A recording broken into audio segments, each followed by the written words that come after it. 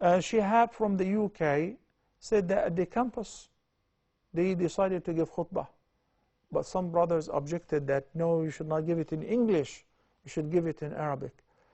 You know what I find it really interesting and sad meanwhile is when I hear a brother giving a khutbah, whether at the hospital, local masjid, or even in the musalla or at the campus, and he's reading an Arabic text. He doesn't understand a word of it, and he's making a lot of errors, and the audience too do not understand anything out of it. What is the purpose of khutbah? Akhi, the khutbah must contain praises of Allah, sending the peace and the blessings upon the Prophet ﷺ, obviously making dua, and giving a word of reminder. So if you say, Ibad Allah, ittaqullah, that is sufficient. If you quote an ayah from the Quran, that is sufficient. So that can be done in 1 minute. And the rest of the khutbah, 15 minutes, 17 minutes, is preaching the audience with the language that they understand, so that they will benefit out of their presence.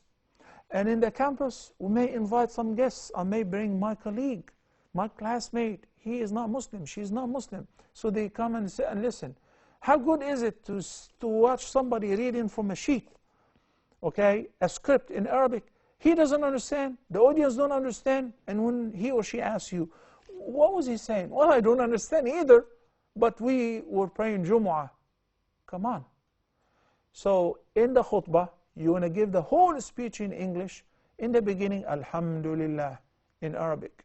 Allahumma salli ala Muhammadin wa ala ali Muhammad. Or ashhadu an la ilaha illallah wa ashhadu anna Muhammad Rasulullah in Arabic. Then an ayah you quoted in Arabic. يا أيها الذين آمنوا اتقوا الله حق تقاته ولا تموتن إلا وأنتم مسلمون. I remind myself and you brothers and sisters with the fear of Allah and keeping duty to Allah.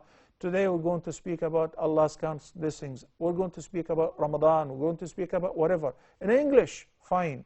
In Urdu, fine. In Persian, fine. Whichever language the audience understand. So this way we kept balance.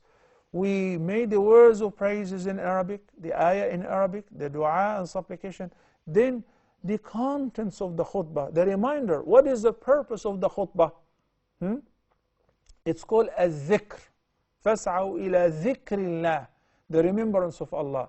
It's to remind the audience. What if they don't understand? Then there is no reminder.